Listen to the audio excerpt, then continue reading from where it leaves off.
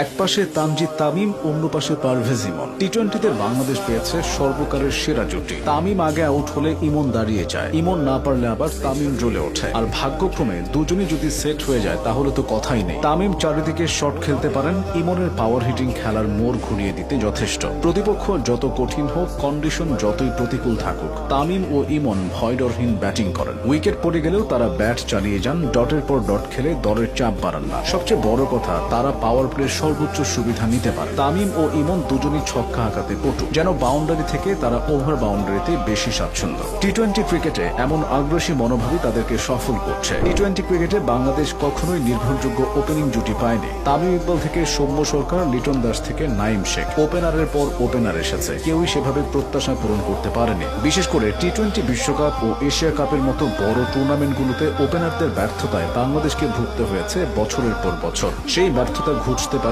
তামিম ও ইমন জুটিতে। দুজনের বয়সটা কম, এই বয়সেই তারা জাতীয় দলে থিতু হয়েছেন, তাও আবার সবচেয়ে গুরুত্বপূর্ণ পজিশনে। তামিম ও ইমনের বোঝাপড়াটাও দারুণ। তারা দীর্ঘদিন থেকে